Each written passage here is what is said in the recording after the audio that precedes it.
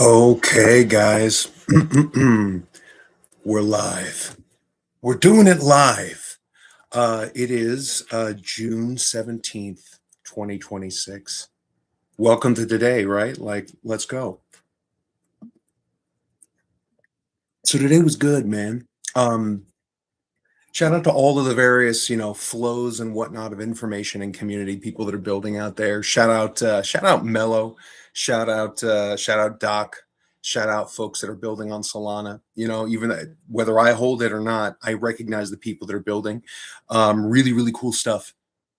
And these blockchain assets and whatnot, and the ways in which we cooperate as communities is how we really realize the potential for these technologies. The way that this generally is going to work is I pick 3 to 5 broad topics, things that are happening today, so to speak, and going to talk about them. And typically, I can ramble my ass off. You know what I mean? At some point, I'll probably attempt like a 24-hour event. That'll, and yeah, we'll see. We'll see. Could be fun. At the very least, interesting.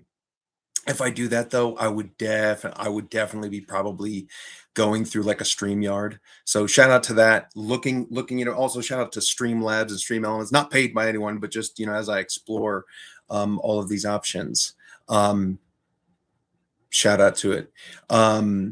So anyway, Illinois crypto tax, covering that first. So apparently, Governor Pritzker of Illinois is enacting a first in the nation, what's called a privilege tax, a 0.2% privilege tax on the value of digital asset business activities, which goes into effect on January 1st, 2027.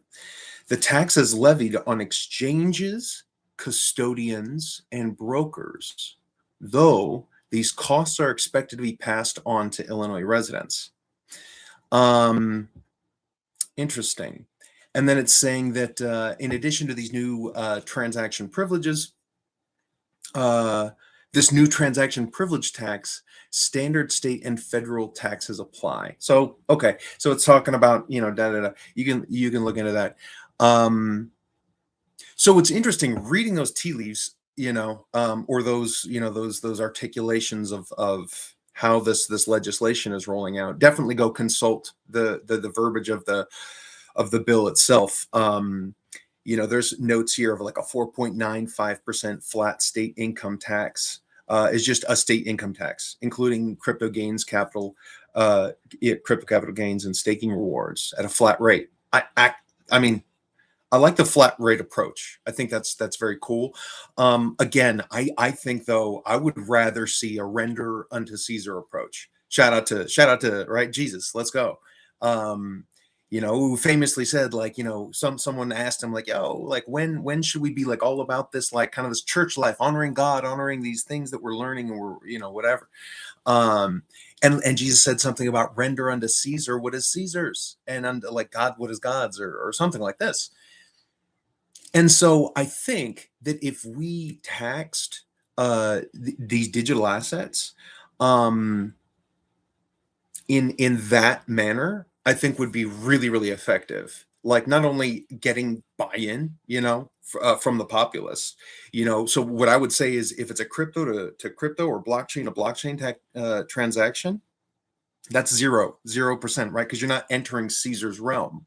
But if you go to a fiat off ramp, or you go to stable coins, right? You go from some, if you go to Ethereum to Bitcoin, freedom to freedom, like, miss me with all your whatever. But if you go from, say, a Bitcoin to a Tether, fine. Now we can talk about a flat tax. I think that that's a sound way forward. Let freedom money be freedom money. Who is any state, to impose themselves on that? And then, yeah, if we go to stable coins, now we're talking. Now we can talk about taxation. So it'll be interesting to see. I don't know if this tax bill in Illinois. So yeah, Governor Pritzker signs record. Oh no, okay, yeah, that's a budget from Okay, so I guess he signed a budget recently. So I don't know if Pritzker has actually pushed this forward, or he's just this is the first time he's announcing this potential privilege tax, first in the nation. This has never existed before. So I think it's more important, especially in this day and age in America. We should be we should be encouraging innovation and not being first in the nation to taxation. Like that's a wild that's a wild happening.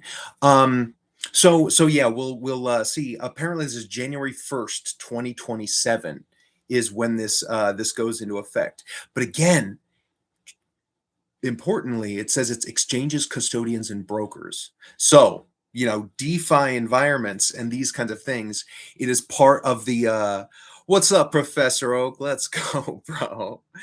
Um, we got a greetings to the gamers. Yeah, greetings to the gamers, bro. If you're out there. Oh, so and that's another thing. This is not like intended to be a blockchain centric media flow, but it's the road to liberty and freedom. Economic, right? We know the dollar's got problems. That's why Clarity Act, that's why we're seeing these things at states. How many of you guys know, right? There's already like 6 or 7 states that have passed strategic Bitcoin reserves. That's going to happen at the nation state level, and the rising tide that lifts all ships and whatnot. They're trying to shake out market right now, you know. But SpaceX, shout out to the SpaceX IPO and everyone that's participating in that. Definitely be careful with your leverage, guys. Right?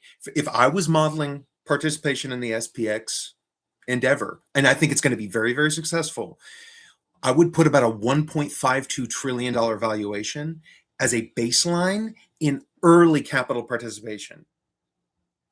So if new participants on top of privileged early participants can justify that 1.5 trillion to 2.5 trillion, we're in money, right? And we know that the market price is determined by the last executed buy or sell order.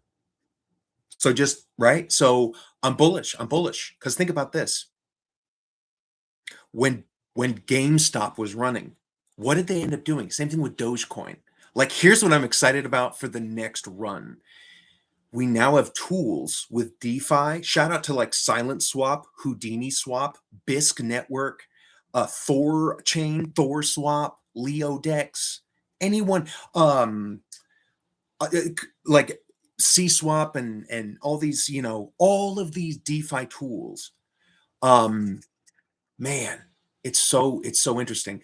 But we have the ability to start a game that can't be stopped. When the people got the GameStop moment running, they ended up having to attack the effort at the brokerages. And same thing with Dogecoin. They ended up throwing lawyers at Robinhood, right? Think about this. Shout out to Strike Perpetuals of Cardano. They, unlike Binance, I heard that people try to get exposure to the Binance IPO on some of these major centralized exchanges. Keynote: centralized exchanges, not DeFi. And they clawed back. They're like, oh, sorry, we didn't get sufficient allocation, so they oversubscribed, likely. Like, anyway, so deviating a little bit from this, but again, it's adjacent. Like when we have a state that's for the first time enacting a privilege tax on digital assets, but with respect to business activities.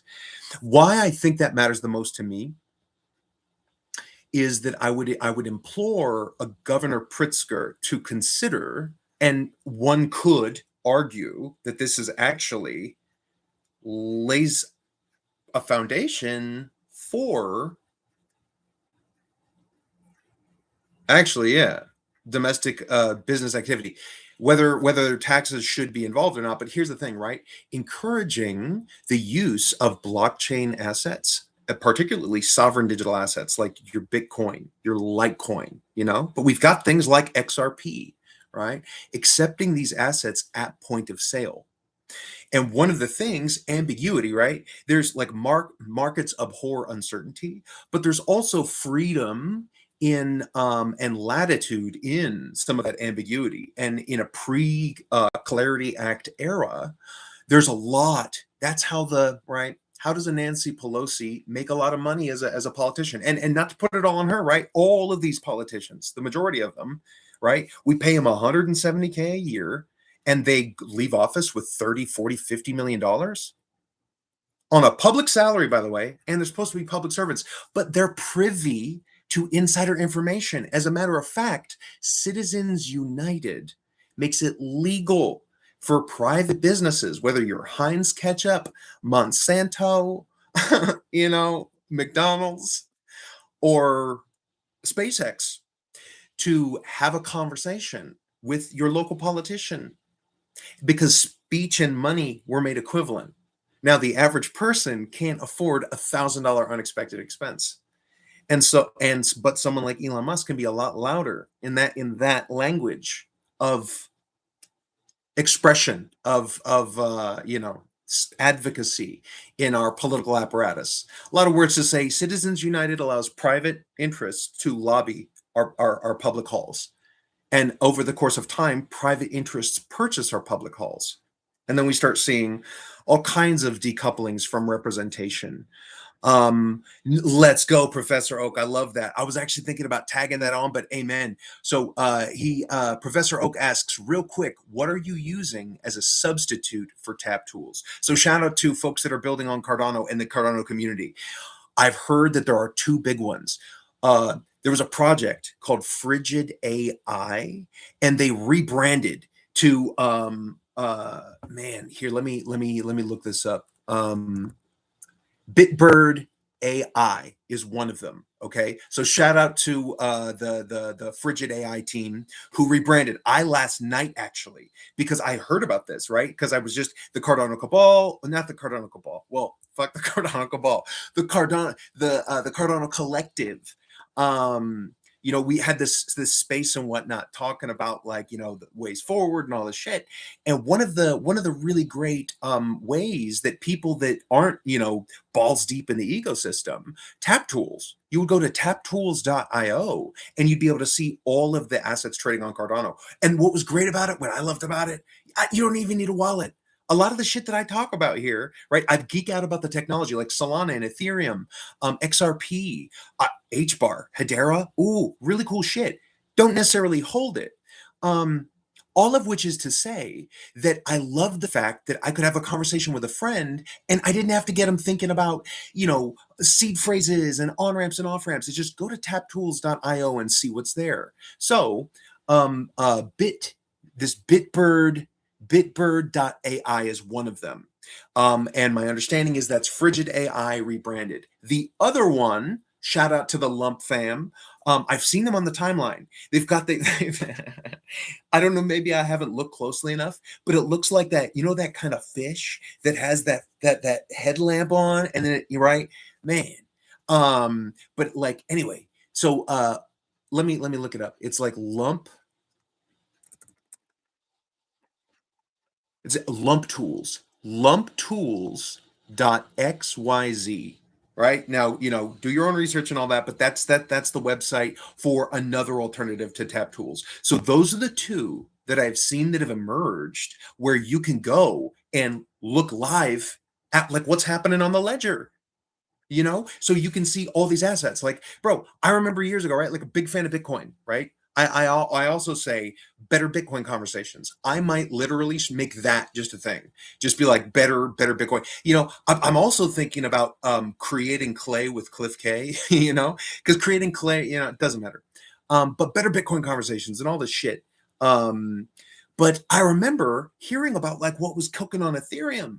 And you hear about all these projects going, and it's like, whoa, I wish them well. But fundamentally, the unlimited supply of Ethereum, that was a hard thing for me because as someone that really deeply appreciates the 21 million Bitcoin, for folks that saw what happened with MicroStrategy, right?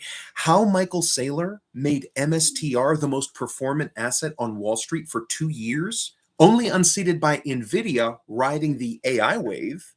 Was Michael Saylor was exploiting the 21 million unit supply. He knew Bitcoin is cheap AF, right? So even with an enterprise software business, right, where he's got 50 to $100 million revenue, let's say, a year. But 50 to $100 million when Bitcoin's $5,600, you can start stacking some Bitcoin. So then you start stacking some Bitcoin, right? And then, oh shit, it's 12,000 now. You know what I mean? These kinds of things. Um, it just changes the game. So yeah, so where with Ethereum, it having that unlimited supply made me go, miss me with it kind of thing. And so these tools, like what Tap Tools were, or those two places, those new like sort of blockchain. They're not a blockchain explorer per se, but they're like a dashboard of what is cooking, what is trading on Cardano. And then you've got NFTs and stuff. That's something that I would say C Swap Dex and John and all he's building. Um, I like that because he's even got an integrated like NFT market. Now, maybe Lump um or and Frigid, and honestly, I'd be surprised if they don't have some sort of like NFT gallery sort of viewing ability. And if they don't have that now, I'm sure it will exist. Shout out to Cash and Way Up. Way Up, I think that's wayup.io or something like this. Do not quote me on that, but that's off the top of my head. It's like I think it's the current like NFT marketplace for Cardano. But I digress. So to answer your question, Professor Oak, hopefully that answered your question. To the best of my knowledge, just kind of scanning, crypto Twitter and seeing what's cooking out there. Those two seem to be the spot where you can get what Tap Tools provided, the market. And yeah, so if like for instance, and I hold none, but I would, right, but this Lump, right, apparently I think they launched an asset using SNCC Fun or something like this. So yeah, like what a time to like stealth launch. And I'm just talking, right, not financial advice. This is entertainment. I think I've still, I list these as entertainment because that's really what it is. Because sometimes my guitar is effed up, but I'm gonna probably get right. There's a cool little music shop down the way, and it's like this little like forest town, you know what I mean? And I gotta go in there because I want to play a guitar, damn it. So sometimes doing shit like that. So just saying that, welcome to the vibe. But anyway, back to this Illinois crypto tax, and then I want to touch on the Iran peace deal and the federal interest rate cuts and or lack thereof, and what does that mean, and some of that shit. So to land the plane on the Illinois privilege tax, first in the nation, I'm not a fan of it, but I do believe that one of the most powerful things that we all can do to decouple money from state and create a decentralized freedom liquidity of the people. That's really how people need to model this. Think about this, right? Michael Saylor is using Bitcoin as a repository of potential liquidity to tap for his stretch dividends and his all this whatever. And then he issues MSTR shares at the market to acquire Bitcoin, competing against you and me, right? Retail class. Do you get privileged borrowing? Can you borrow $1 billion at 4%, or better yet, 0%, like Saylor likes to claim? That he does, and again, I think I've covered some of the ways in which theoretically one could do that. TLDR, you just basically top blast all year, and then when you're ready to, all right, guys, we're ready to tax loss harvest this situation. You get on the phone with the suits and you just have a nice orderly, sell off booking of loss on your books, right? Because if you top lossed it at 120K and you can buy and sell, and that's another thing, you just buy and sell your position. Anyway, so this kind of taxes. As a Michael Saylor owns more Bitcoin, the whole network becomes encumbered by it, which is why interoperability is key. That's why Bitcoin plus Litecoin. I think, to me, if we're talking to like a brand new someone, screw a smart contract. Just you're trying to escape fiat inflation, cool, right? Oh, and point of sale is where I was going, and to connect this thread with the Illinois tax law, is that at least it's saying that's 0.2% to accept Bitcoin at point of sale. So now think about this. Bitcoin does not have the inflation that fiat does. Yes, Michael Saylor might be tapping the liquidity, but at the end of the day, there's growing adoption at the nation state level. Clarity Act is coming. And we are going to be printing now, which leads well into actually this federal interest rate conversation next, which is, so for folks that didn't hear and do not know, uh, shout out to the new chairman, Chairman Warsh, whatever. Um, um, uh, he just had his first conference today, and his first will we or won't we cut rates, and they didn't. They held it. But get this, yeah, there it's more likely. Right now, they didn't say this, Warsh didn't say this, but the market is forecasting a likely increase of 0.25, 25 basis points, before the end of the year. I think more on that later. I'll land the plane on this. Where are we at? 20 minutes. Cool. So actually, this is where I should be pivoting. So yeah, here is what I'll say. I like the fact that Illinois is opening the door so that when we have the Melenese Mayor's Project, bringing hope back to the hometown, that's how oppressed people escape. We basically have a bunch of 30 and 40 millennials and Gen Z run for local mayor, and their whole platform is just all small businesses start accepting Bitcoin and these and Litecoin and Cardano and Monero and Zcash, all the whatever XRP if you like, start accepting these at the point of sale, because then collectively we escape fiat inflation. That's the thing. Even with a 0.2% privilege tax, 0.2% is less inflationary than fiat. And so if the cost of me escaping fiat, oh bro, and that's also part of the whatever project. Oh, we're over 2%, whereas it's like 2.3% is what they're saying is the current inflation rate. So you're talking about a substantial, right, 0.2 relative to 2.3 plus percent. So if the cost of escaping fiat inflation is this 0.2% privilege tax, count me in. And remember, it's at the custodian and broker level. So, and I guess what are they saying? Exchanges, custodians, and brokers. So a small business, Betty's Bakery in Bakersfield, that wants to put up a QR code, or shout out to Ada Handle at her, and says, "Oh yeah, if you're going to pay for your bagels and your donuts and your coffee this morning, your $42 worth of whatever, but you want to pay me in Bitcoin or Cardano or Litecoin, shoot, like man, again for many, I would prefer any of those assets over dollars. If you gave me an equivalent, if you said, I'll give you $1 million or $1 million worth of Bitcoin, I'll take the Bitcoin at, by the way, what is Bitcoin at right now? Let's check that. Because I haven't even looked at 64.3, totally expected, guys. But get this. Also, want to talk about peace on the 19th. Guys, you know how it's buy the rumor, sell the news, bro? I don't know. But I think markets are going to like that. Markets are going to like that. So we're going to talk about that in a little bit too. So I would not be shook by Bitcoin at 64.3 as a reaction to the federal holding, right? And then so now they're saying, ooh, we're going to project maybe an increase, so that's not just a cut, but now why would they increase? Because they know inflation, bro. And it's true.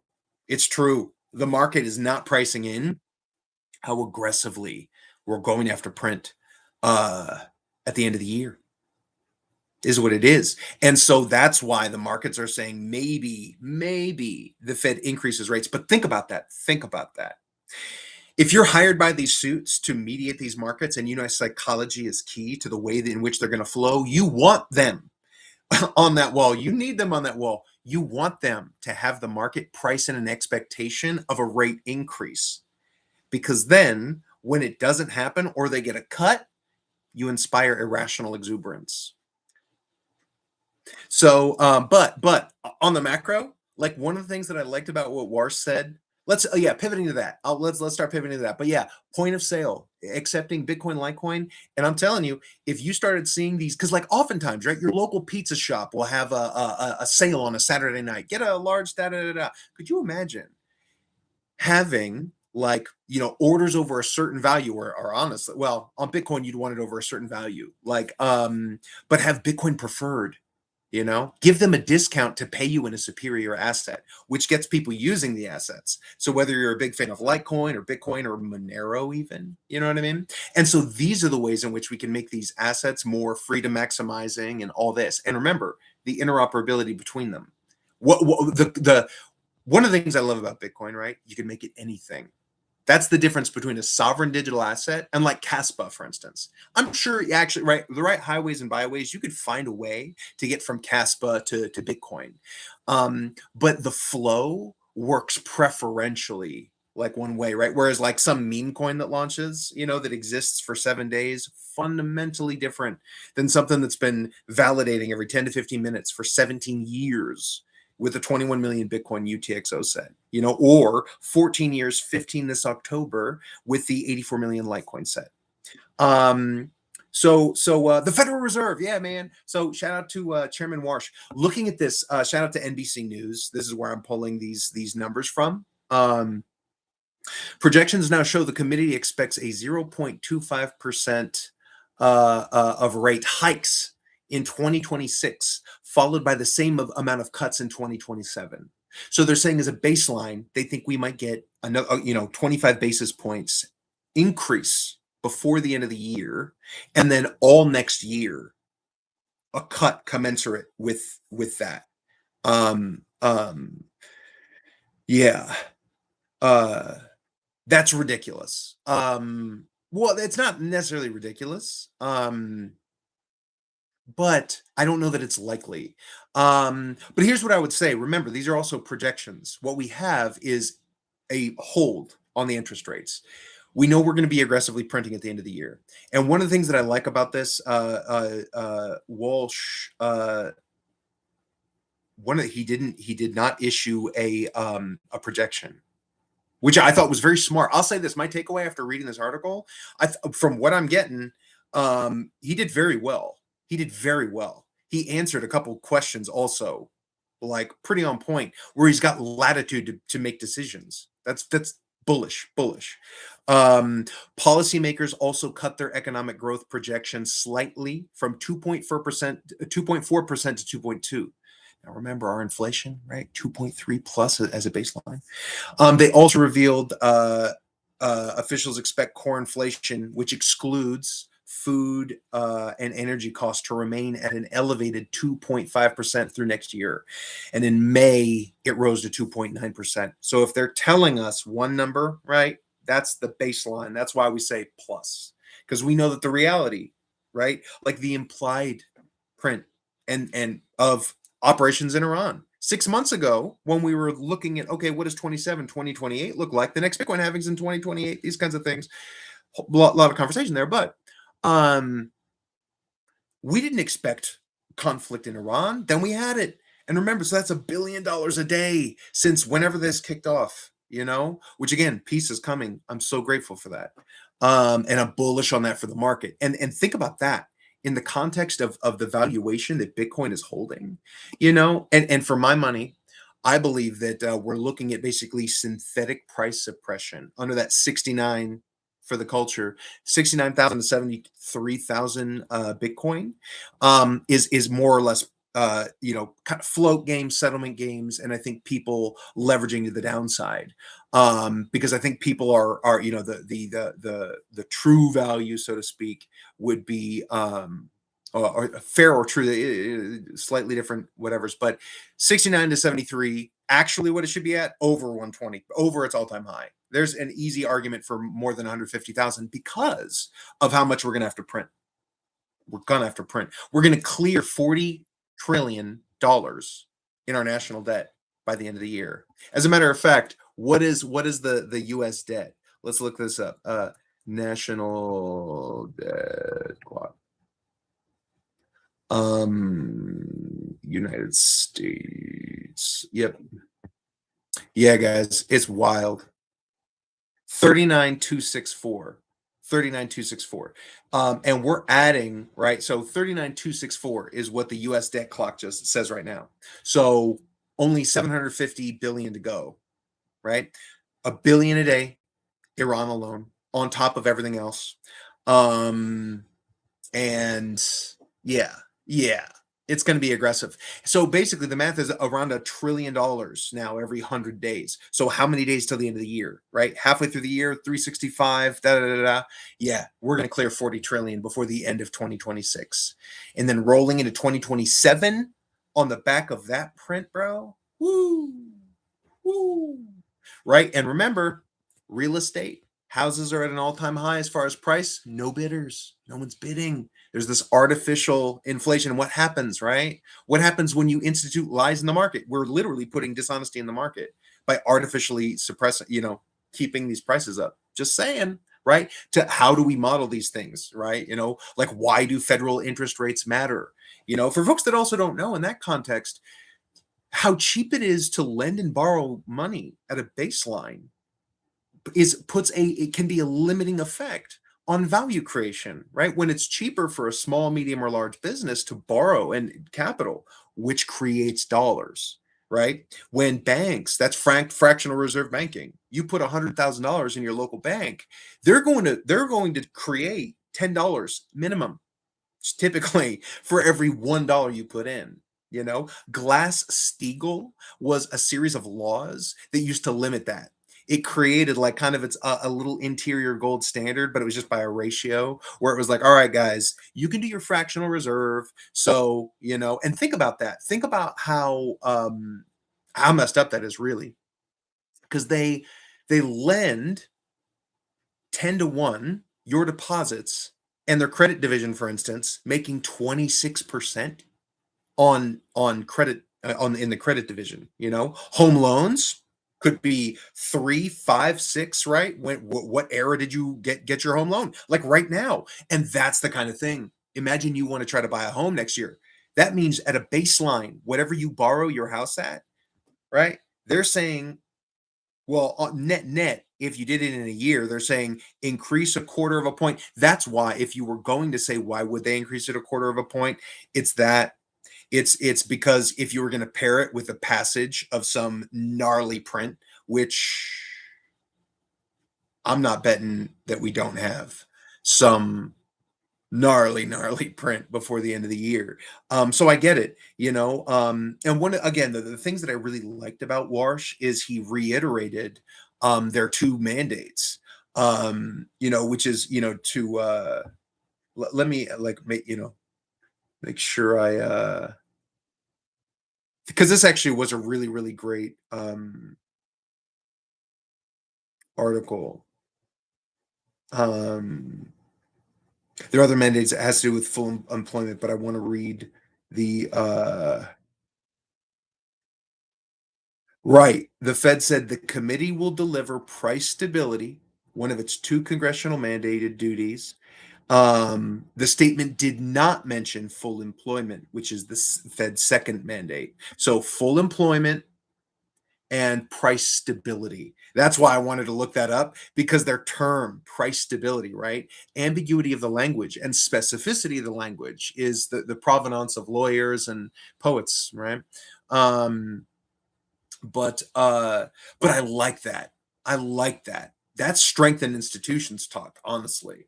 And it's very shrewd. What a better way to answer the markets, right? And the media, that we're going to scrutinize whatever the outcome of this first conference. So shout out to him, bro. It sounds like you really, really did a great job. The impression that I'm getting out there was, pretty solid. So it says the S&P closed down 1.2%. NASDAQ fell 1.3, Dow slid 506. Bah. You know, people being silly with psychology, you know what I mean? So on balance, man, I'm bullish. I'm bullish on it. Here's the thing though, on this federal interest rate point, I think one of the things that's missing, right? Like if I was the federal chairman, or I was like putting on my Captain America hat, right? Here's the golden thread, right? From golden thread is there is a series of moves that we can make that is the optimal outcome that leads to the land, right? The land of milk and honey, liberty, freedom, whatever, Valhalla, the Elysian fields, what dreams may come. Shout out, that was a good movie. If you haven't seen it, check that out. Shout out to those ladies that were giving me a hard time, bro, saying that I was looking like straight out of Jumanji, bro. But I couldn't disagree. You know, I do. She's like, "Oh, were you recently chased by like a rhinoceros or some shit through a board game?" I was like, "Oh man," you know. Anyway, shout out to her. I bet I'm gonna, I might, man, as I get this body right, you know what I mean. We might. I'm gonna have to show this clavicular, bro. Man, show them what's up. We do it fruits and vegetables. Be like, son, man. But for real, eat good food, guys. Don't get your diet messed up. Um, don't get your diet messed up. Um, yeah. And Monsanto and glyphosate. Sorry, guys, just kind of doing a lap around here. But yeah, man, isn't it weird? Those people you learn about through like cultural osmosis had no idea who this clavicular guy was until X. Same thing like that I'm not even going to say his name, but the four, and he was out there being belligerent, bro. You can't be like threatening and insulting people at a fundamental level and all this. Like, anyway, but yeah, as far as that clavicular dude, man, stop messing up your face. And bro, you might be gay. Right? And that's, hey, I don't give a right freedom, right? Consenting adults doing consenting adult shit. Don't let anybody get you down. But don't mess up your whole face and because bro, you ever see these ladies that have a lot of synthetic stuff? They don't age right. They don't age right. That's what makes me sad about these young folks, men and women, getting their faces all cut now in this age. Look at what Brian Johnson's doing, right? He's done some weird shit to his face, zapped it with lasers and shit. But he's not like cutting himself crazy, so what I'm trying to tell you guys is don't be breaking your bones and doing weird shit right now, man, because not when you're 20. It's just like fruits and vegetables, like these young kids getting on gear, like this guy, he like blew up his hormone production because he was augmenting, because like God didn't give him that, right? Nature, mother nature, the cosmos, probability, yeah, whatever you want to rock with on that one, but so just I wish him well. And it's a little concerning, right? It's like that Michael, someone said he oh gosh, what is it? Doesn't matter, man. They were being antagonistic towards the dude. But I would just say, bro, take care of yourself out there. Anyway, so these federal interest rate cuts, man. I think Walsh did a good job. I'm not bearish on it. Oh, golden thread. When the banks with Clarity Act, think about this, right? If your banks, you want interest rate cuts in some senses, right? Because they make on both sides, right? They are the Fed in some senses.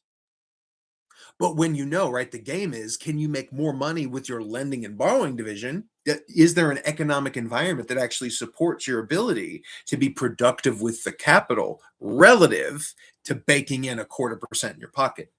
Now, 0.25% on trillions of dollars is consequential. So banks are making on both ways. So the golden thread, right? I'm on team human freedom and liberty for all, right? Shout out to Bitcoin. Shout out to the Promethean fire of freedom, that for the first time, everyone on the planet with an internet connection and a smart device could custody the capital they create in a finite life. 21 million Bitcoin, each divisible by 100 million smaller units called a Satoshi. Like a dollar has 1 penny in it, one Bitcoin has 100 million Satoshis in it. When one Satoshi is equal to 1 penny, one Bitcoin will be worth $1 million. And yes, it will get there. We already know, remember, that spot price is just the last executed buy and sell order, right? We'll get there, and we're going to print a lot more dollars. The fiat denominated regime globally is going to increase. That's what the Genius Act is. Why they're creating stable coins? Think about this. If you know the dollars we're going to have to print, you want more people around the world denominating their plenty in dollars. You want them, you're right. So one of the ways you do that, you empower DeFi environments. That is the golden thread that we're missing in this current approach to the Clarity Act. Think about this. Think about this. You do not cut interest rates if you fear inflation. Deposits in banks that are then lent and borrowed creates dollars, right? So the Fed would say, for instance, we don't want to make money loaning cheaper if we're afraid of inflation. Well, get this. Banks are saying they're trying to push back against DeFi because they fear they'll have reduced deposits. We know at best, unfortunately, DeFi isn't going to beat, we're not going to get 1% of market participation in the first year. But if the market has the option to do that, and it would grow, I believe it would grow rapidly. Um, but if the markets now say, hey, look, you have an environment now where you do not necessarily have to put those deposits into a bank. Well, what happens? If there's less deposits in banks, that means there's less fractional reserve occurring. So your argument for maintaining the interest rates and not cutting them and maybe even increasing them is predicated on the maintenance of present deposits. But if you introduce a free market alternative, a part which a free market should have, damn it, there should, and that's the beautiful thing. Open source code is free. You can have this guy like Governor Pritzker, like bro, and I don't, shadow and light, right? It's just everyone a little bit of this and that and the other. But like I'm not the biggest fan, but again, though, maybe there's a method to the madness because point two isn't too crazy and so more on that. But yeah, man, right. So the golden thread, Clarity Act, they need to pull back, let folks get yield on the stable coins in DeFi. Why? Because then you go to the Fed and say, see, we have a reduction in deposits because the free market, they have an alternative. We're not going to have as much deposits because the free market's working. Ergo, you can now cut rates. So isn't that wild? That the maximizing, literally the value creating solution is liberty and freedom. That's why when they say like we introduce inefficiencies in the market when we institute price controls, for instance, real estate guys, we are artificially building in a problem, a piper to pay. That's a pipe. Like, bro, when people look at gaps in various futures markets that become, it's interesting. It's interesting, man. So when we build in these artificial suppressions of price action, because we see that sometimes in with major assets, for instance, you might have a like James Wynn. I don't know if people know who that guy is outside of like blockchain and crypto circles. I really don't. But word is, right, I don't even barely know who this guy is, just like clavicular, right? So word is there's this guy named James Wynn, and apparently he funds some wallet to the tune of like millions of dollars, like millions of dollars. And then he will proceed to lose it all or win it all again, so who knows what this guy's story is. But man, where was I really going with that? Well, so I was going with that freedom and liberty. Freedom and liberty. You know what I mean? So the freedom maximizing solution that actually honors both is, oh, I was thinking about housing prices, bro. Like that is going to, right? We have a lot of folks getting laid off with stuff. We've got value creation in the AI, front. And who's buying these houses? No one's buying these houses. And so if eventually we see that $1 million home, if it's gonna take a correction down to 700, maybe even 650,000, like you know what? I think a 30 to 40% correction in real estate is more likely than some of these folks out here talking about Bitcoin to like, 40 something thousand or 20. Like, man, you'll see people saying some wild stuff, which is right. But it's just like folks that will say XRP to 1,000. I go, so folks don't know, there will only ever be 100 billion XRP, right? But there's 62 billion in circulation. So when XRP is at $1, you're looking at an asset valued at 62 billion. So just start thinking about the scales. When you say, oh, it's going to be right, however many X, you think it's going to be, $3 to $5, you got to multiply that 62 billion by 3 to 5. So then you start getting to like Bitcoin or SpaceX or Nvidia like valuation. So that's why when someone says 1,000, that's a pretty irrational multiple. Um, um, anyway, inflation. That's why my brain is going on all these threads, thinking about housing prices though. But yeah, so for instance, if you were looking at to where do you go? Where do you go? Like, bruh, if I had someone in my family, especially if they were a boomer, because here's the other thing: younger people today value the ability to go from A to B.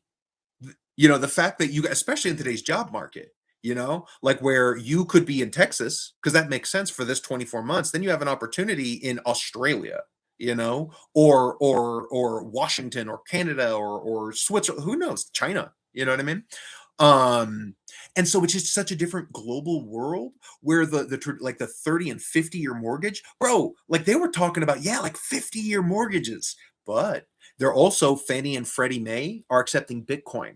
So again, when people think about why is that, it's a native natural hedge. If you know, if I know, if I'm running books for a bank, bro, I am not going to maintain. I'm going to be very thoughtful about how I increase exposure to the real estate side. I would begin hedging it with Bitcoin, 100%, 100%, 100%. Because Bitcoin's going to take a piece of oil. Bitcoin's going to take a piece of wheat and rice and water, energy, of course, you know, and there's 21 million units. Fiat, infinite, right? We're printing $1 trillion every 100 days, clearing 40 trillion before the end of the year, you know? So that's the thing, right? Like when you think, oh, XRP at $1,000, you're looking at like trillions of dollars, which is, that's a bit of absurd to think like, you know, in any rational time frame. To me, the macro is, let me see, 45 minutes. All right, about time to pivot to Iran and peace, because that is bullish. That's bullish for the market, guys. The 19th, word is Geneva, Switzerland, is when this memorandum of understanding is to be signed. Very, very exciting. And again, I think the markets are going to like that. And then we keep hearing Cynthia Lummis was the name that I was spacing on. I was like, I remembered Caitlin Long, and I was like, what is the name of that one politician where she's been more of an advocate than not? And Cynthia Lummis. So shout out to Cynthia Lummis. I will say this right though, Citizens United, so she's not breaking the law, but Ethereum, we're in her pockets. We're buying her time. You know what I mean? And she was listening, right? Whereas, right, her Charles Hoskinson maybe also a Wyoming resident, maybe didn't spend the time to have those conversations. I don't know. I don't know. Point is, Cynthia Lummis is out there saying, yo, like we're talking about getting this Clarity Act passed. So people that think we're going to get to November and election season, think about that as well. When we look at these, the likelihood of a rate increase before the end of the year. I would put it, you think that's going to be before November? You think this new Fed, you know, chairman, Warsh, you know, so shout out to Jerome Powell, you know, I mean, you know, you did your best. I think you more or less probably really did do your best. Unlike whereas Gary Gensler was antagonistic. He was like getting, that was bad. I wasn't really a big fan of that. But yeah, so I mean, my takeaway to land the plane on this is inflation is a problem. We full employment. He didn't even mention it. So that to me was a very powerful thing. That Fed has like two, I guess, big mandates. You know, price stability and full employment.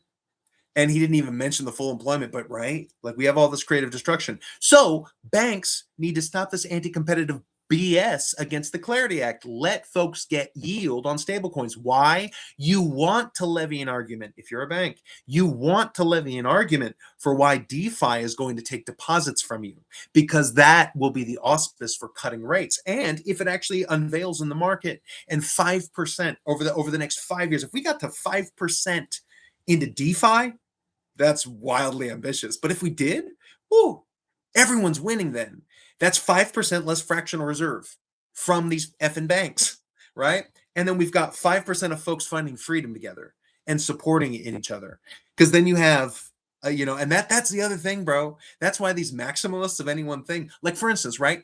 If you only DCA into Bitcoin, you are funding Sailor's dividends, right? Whereas if you go, hold on, what if I use a silent swap or a Leodex or a Thor swap or one of these things to just arbitrage a little bit of that Bitcoin capital, the 21 million set to an 84 million set in the Litecoin? And for folks that don't know, Litecoin's better Bitcoin, guys. It's literally better, it's faster, and it has MWeb privacies, Mimblewimble extension blocks, which gives you fungibility between the UTXO set. And when you have enough participants, it becomes very, very close to something like privacy. But you at least get that fungibility, which is very, very cool. And so that That to me is like the first model. Someone brought that up in one of these spaces the other night, and it was such a great thing. It was just something that was mentioned in passing, but they were talking about like onboarding education because that is how this finds articulation, how it becomes expressed in the market, right? So we can levy criticisms that should Illinois, impose this privilege tax for digital assets, right? Well, if it opens up the door and allows Millennium Mayor Project, for instance, or crypto hubs and houses, right? Which would have a bunch of, instead of young folks going to college, what if they get together and they say, yo, could we own or establish substantial equity in a property in 4 years to 5 years, like we were going to do at university? And instead of $50,000 student loan debt that we can't declare bankruptcy on or something like that, a couple of us could get small business loans. If everything goes belly up, you can still declare bankruptcy on a business loan, right? Also, a home office you can write off as well. So then suddenly you get 4 to 6 friends, college age, living together in an affordable environment, working part time 20 hours at a local mom and pop shop, a diner, a bakery, an auto shop, a window repair shop, a sporting goods store, whatever, and telling the story about being these intrepid young entrepreneurs getting on the property ladder. And the other side, they're creating an AI and blockchain, monetizing it. So while they're working at the local cafe, they're saying, hey, Miss Johnson, probably going to be a boomer.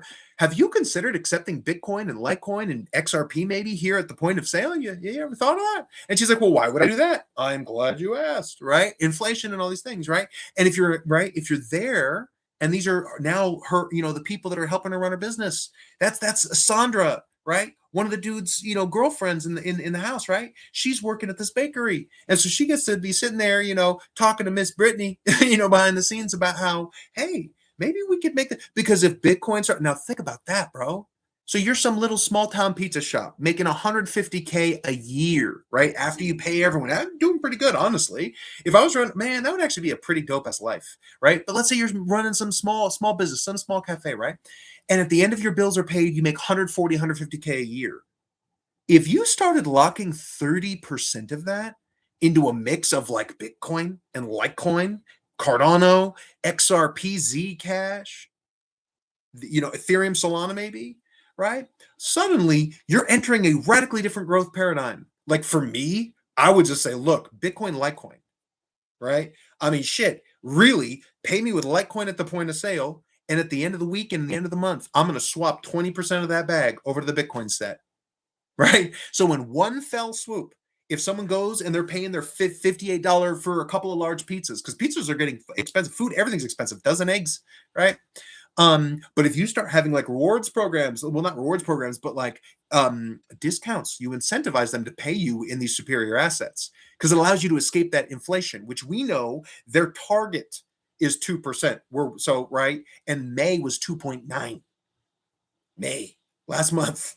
Because again, if they're telling us, okay, inflation's about 2.5%,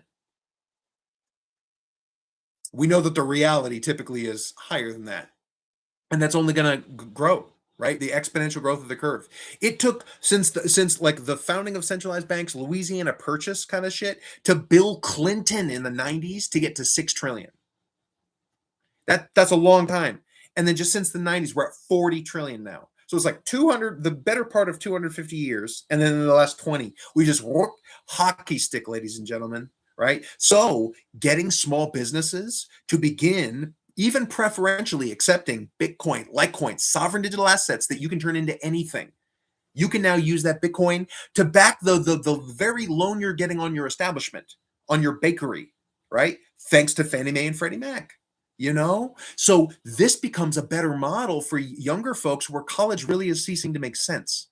So this is why when we look at like federal interest rates, lending and borrowing of houses, right? This also, by the way, helps create, if we give people, if suddenly you got a crop of the 18 to 23-year-old set that are choosing, instead of going to university and going that route, they start going, hey, what if we do? What if 4 to 6 of us? Because then think about that. A lot of these young people are crashing out because 40 hours, they can't put a roof over their head. They can't feed themselves. It is hard everywhere around the world, but it is hard in America right now, man. It is hard if you're not part of the capital class. That's why do not get it twisted when they're like the S&P is this and that and the other. You know, only 10% of the nation participates, has exposure to these assets like the S&P 500 and the Dow Jones. 10%. So even if the S&P is ripping, bro, that's only serving about 10% of the population. And of that 10%, it's radically concentrated, the vast preponderance of that wealth, right? I mean, shout out to what Elon Musk is doing, but damn. One of the things that Larry Fink mentioned coming back from Davos is we do have too much concentration. We need more medium and smaller sized winners so that we can maximize the production possibilities frontier, curve, so to speak. We need to be more maximally creative with GDP because that's the only way we save the dollar, and that's from the guy that was head of the Davos and WEF, the interim whatever, but he's also the guy that leads BlackRock and whatnot. They have $14 trillion assets under management. So when that guy's talking about 2029 and 1929, and he's talking about couple AI, few winners, AI, blockchain, these things. And then he says we need to get ways where we have more winners, not just large, not just Amazon and Walmart and Elon, you know? And so that's where, like, by allowing Clarity Act to let DeFi do lending and borrow, let them get yield on those stables, because that gives the Fed, because now there's reduced deposits at banks, because now there's healthy free market competition, as well there should be. Then you can cut interest rates without as much of an inflationary effect on the dollar, because you're empowering DeFi, because 5% of your market is pursuing freedom and liberty. They're willing to take that risk. But consider this, right? A DeFi protocol does not have fractional reserve banking in the same way, especially not UTXO, like the 21 million Bitcoin, 84 million Litecoin. These are like the collateralized positions that you build out on DeFi. So DeFi can inherently be more accountable and sound than these infinite fiat denominated situations that the banks are currently exposed to. So that's the thing, is Clarity Act makes everyone win if it advantages DeFi. Don't be anti-competitive, because just like artificially keeping housing pricing up, by suppressing true value creation, we're literally effing ourselves. That's why when Larry Fink's talking about 2029, we need more winners. That's how we create more winners. We reduce friction to on-ramps. Whereas Michael Saylor and whatnot, right, he's using privileged borrowing to outcompete for the Bitcoin set, right? Satoshi didn't create Bitcoin to advantage the capital class, man. Right? We're here to decouple money from state to support free markets. So that's the thing, bro. Banks win better in a free market where people are doing the DeFi situation too, because then we can cut rates. So now your lending and borrowing is cheaper, right? By making your lending costs, by cutting those interest rates at the federal level, that makes up for your diminished deposits from DeFi, right? And again, we're not even going to get 1% in the first year. In 5 years, to get 5% would be a minor miracle, right? But everyone wins, dude. So now, like, I'm gonna consider this. Imagine if we did get that. So one, we're helping housing prices with these crypto hope hubs and hope houses, where suddenly you've got these groups of like 4 to 6 young people look on a map and be like, yo, Texas is dope, or New York is dope, or Florida is dope, or Oregon, wherever, right? That group, Montana is pretty dope. I'm gonna be honest. Shout out to Montana, the great state of Montana. Oh, shout out to America. There's beauty out here. Yeah. But anyway, so if 4 to 6 young people go, hey, bet, how much of a house could we own? Goal is to own it outright. Can 4 to 6 young people own a house outright? So they get out a map, right? And think about that, right? 4 to 6 young people, whether 2 or 3 of them take out a small business loan, unlike, right? They could declare bankruptcy if everything went whatever. But now you work from home, you have a home office. Because remember, you're working part-time at the local bakery.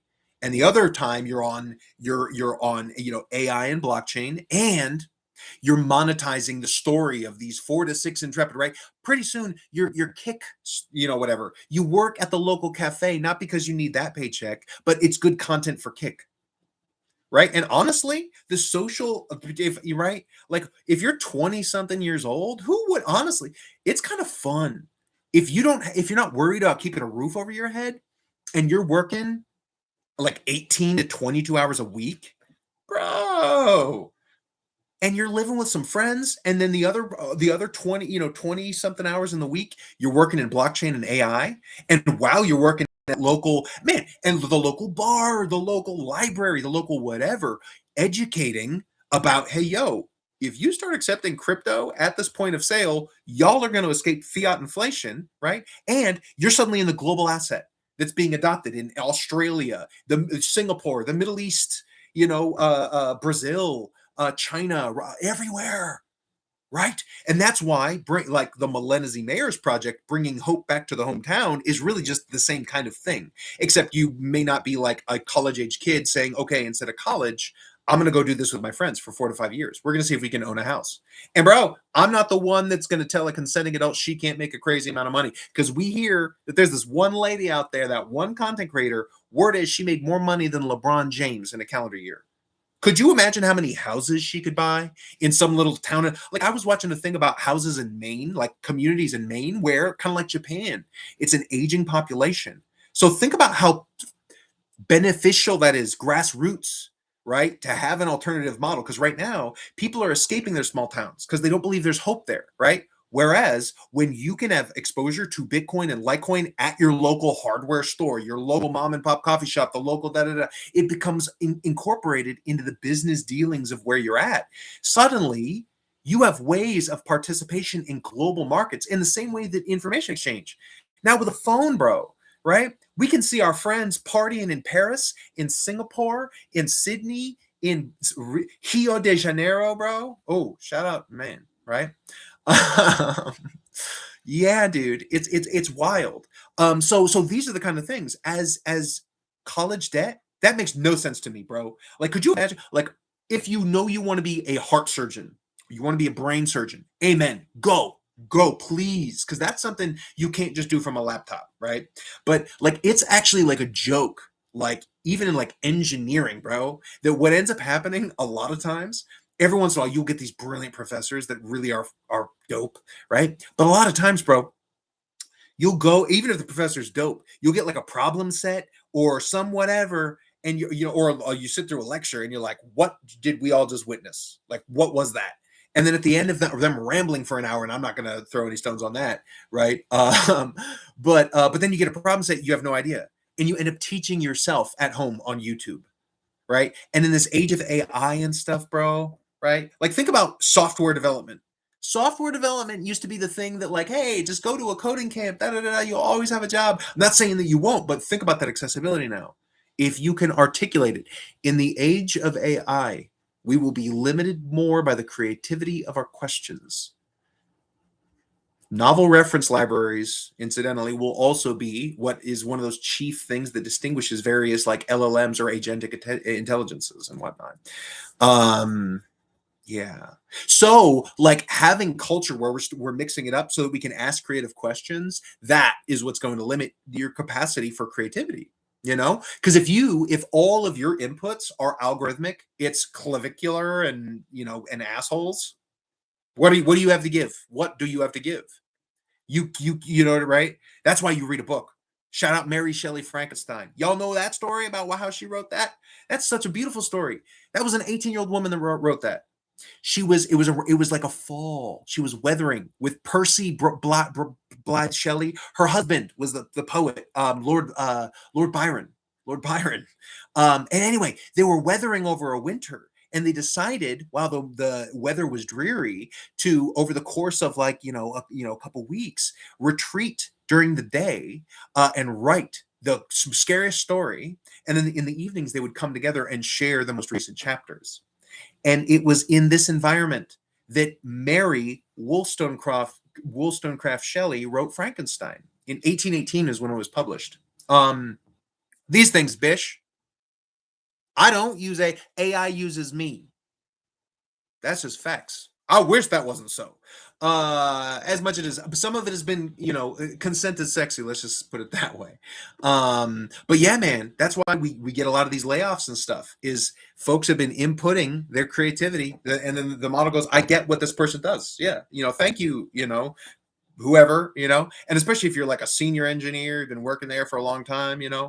I mean, there's a lot there. That's why. So we need to have people like reading books, so that they can have, right. It is at the intersection of ideas that the finest fruit is often found. A document like the Constitution, right, could not have been written if people weren't arguing, right. You need, right, two lines, to define like a point, kind of situation. um Man.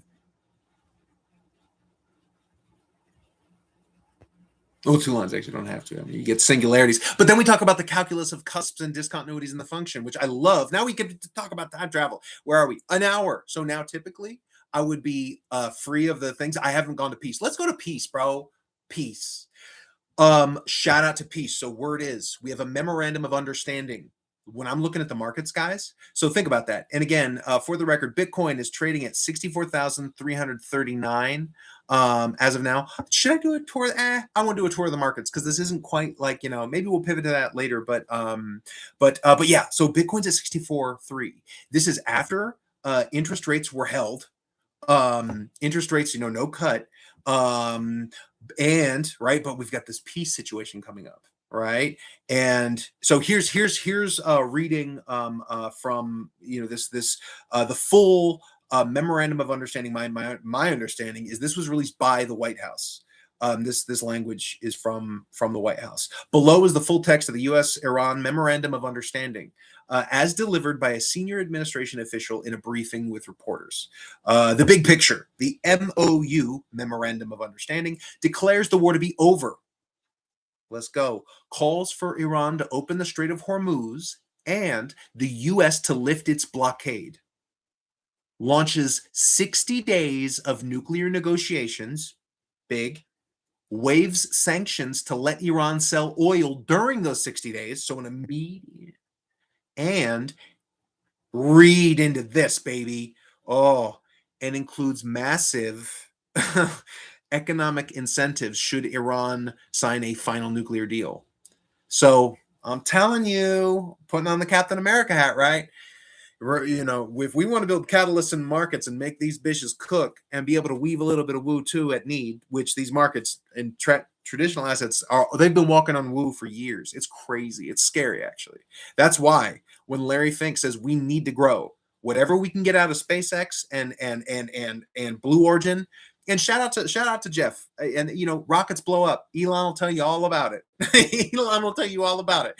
Elon blew up what? Like numbered rockets, like 7, and then he was like, funny business, and then he went all chips in, and he was like, we're doing it live, and it worked, right? So Jeff knows he'll be back and it'll be fine. But so when we talk about how do we add to GDP, shout out to SpaceX doing as well as it's doing. That is bolstering the gross domestic product, because the game is we need things that actually have value to keep up with the new dollars that we're creating. Because if we don't have a reason to be exchanging dollars, those dollars are it's just purely inflationary activity. So if you're sitting on $1 million and the Fed and the powers that be to service our national debt, we just got to print a bunch more. Sorry, guys, you're about to lose. Right now, we're over 2.99% inflation was May last month. So that means that's when people talk about like the hurdle rate. People usually talk about it about what is someone offering you for treasury assets, for bonds and these things. You've got to if you're not beating inflation, what are you doing, right? So, man, so the arguments for international bodies and nation states and whatnot to get exposure to fiat denominated debt, right? If we're not growing, that's why. You know what I mean? That's why. That's why we got. That's why I champion. Because if we're not growing, we are proper fucked. And the wild thing is, we need the American economy to burn unprecedentedly hot to not have that 2029 echo. from 1929 when the Great Depression kicked off.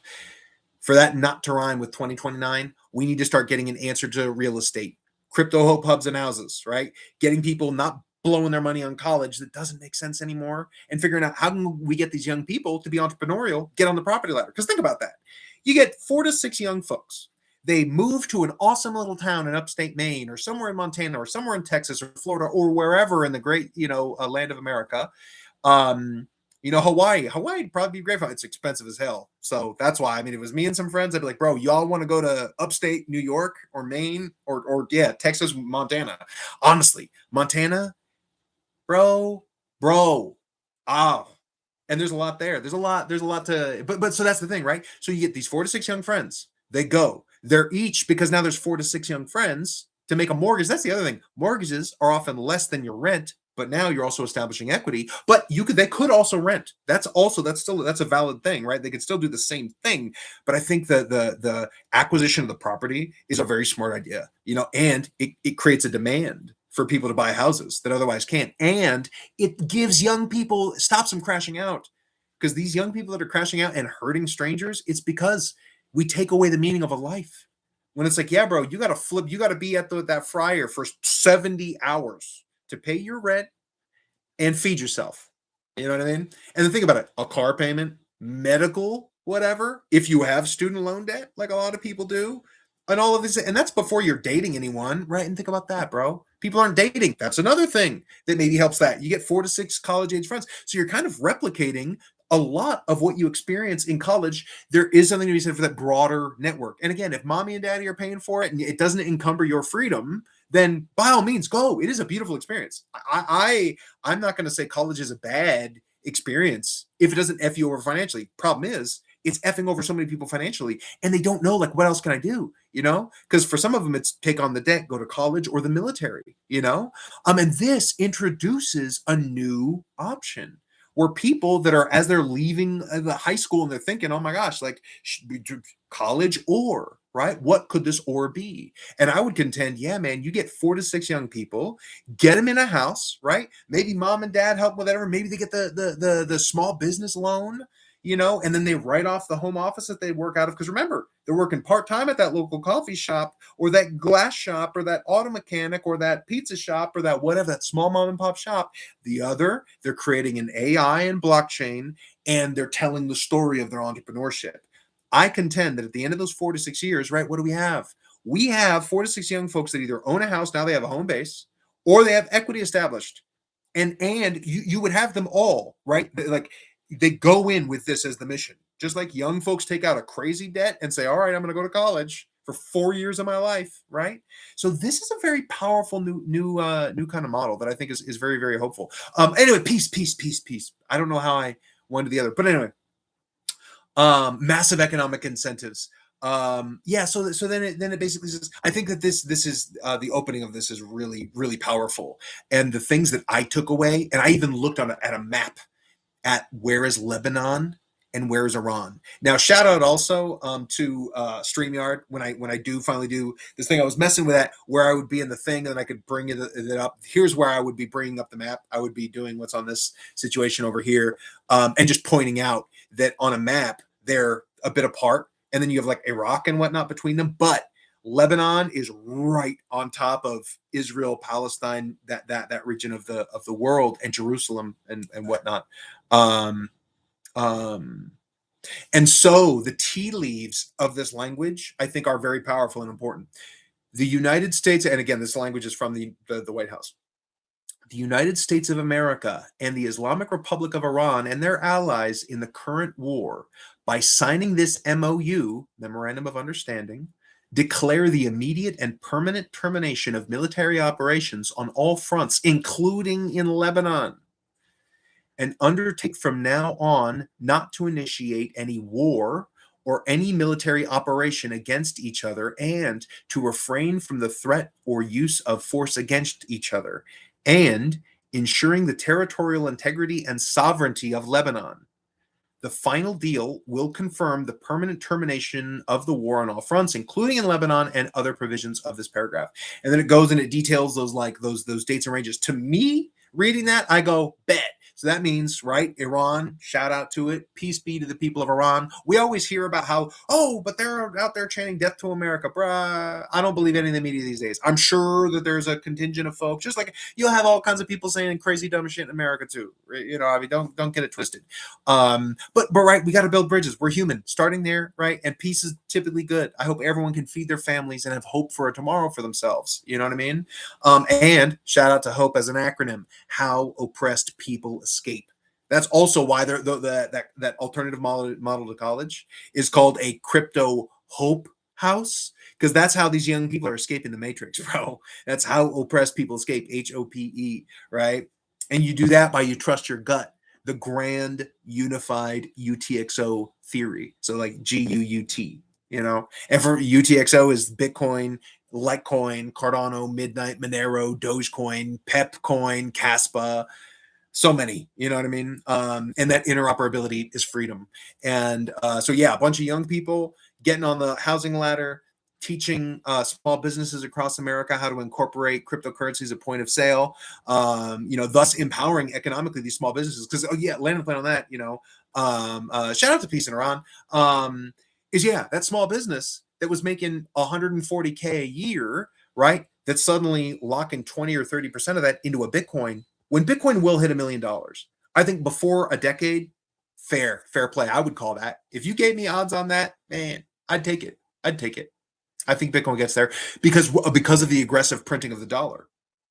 There's just, it's going to be wild. Remember, $1 trillion every 100 days at the present rate, and that was actually that's been so for a while. So Bitcoin's going to do very, very, very well. And so if all of these small businesses started rolling, dude, even if they weren't accepting it at point of sale, just as a general practice, if you're revenue positive, you're some small bakery in Indiana, in Wyoming, in Texas, in Florida, whatever, some small business, and you started rolling over 10, 20, 30% of your profit into these other assets, like Bitcoin in particular. Again, to me, the money has to have a hard cap supply. It's got to have a UTXO basis, and it's got to have global decentralization and distribution of the validation and consensus mechanisms and the publicly distributed ledger associated therewith. It's a lot to say, but that means the people that are running the mining hardware and that have a copy of what are all the addresses on the ledger, what are all the UTXOs associated with it, right? Like that has to be everywhere. And if it is those things, it's unstoppably free. Anywhere that the internet touches, and you custody your keys, you can articulate it. Whereas like Tether, piss off the wrong people, they'll cut it. Even something like a Solana, that ledger's 600 terabytes, right? Whereas Bitcoin's 1 terabyte, 600 times smaller. So there's some of these fundamental things that, that's why, like, I'm not going to sit there and say, tell every small business to start stacking Solana. You mean the infinite supply Solana? You mean the accounts-based Solana with security issues, right? Because UTXOs create other UTXOs, there's all this cool shit you get with it. You get mathematical formalism, determinism, concurrency, security that you don't get with Ethereum and Solana.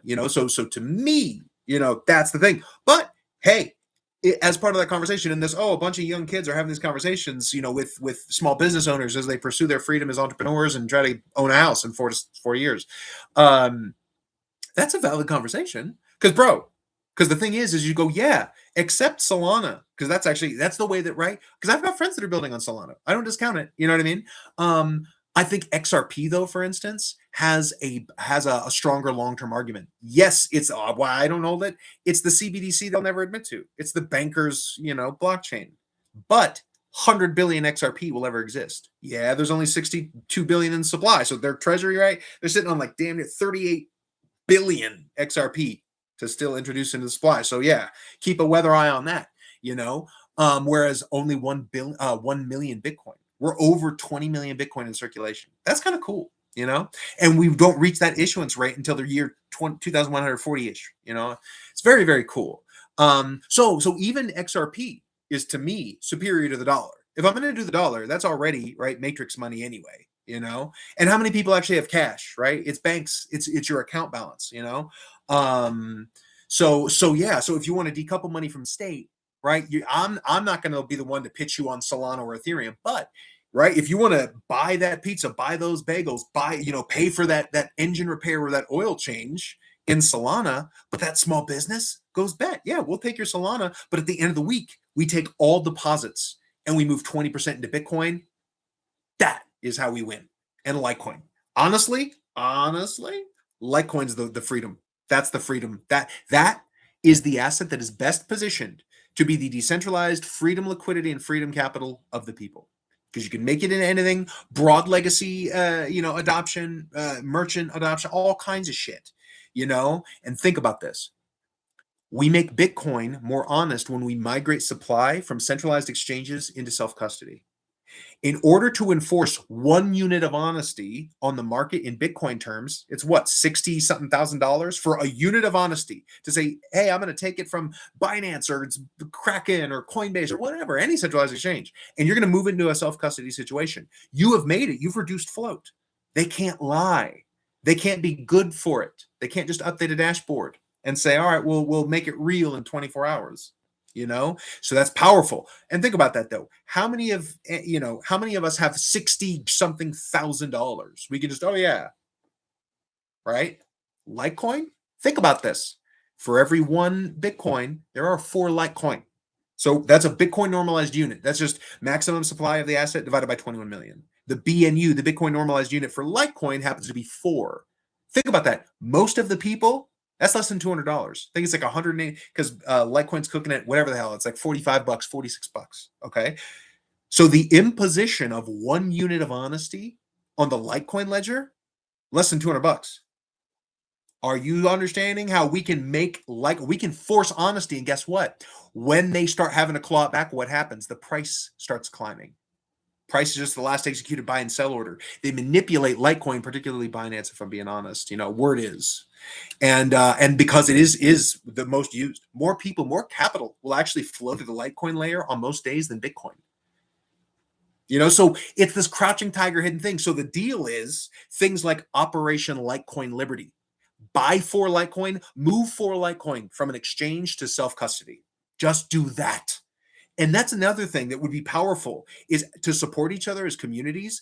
Calculate your BNU. If you want to support, like Litecoin, right? Because think about that. Who wouldn't want to go back in time and buy Bitcoin under $1,000?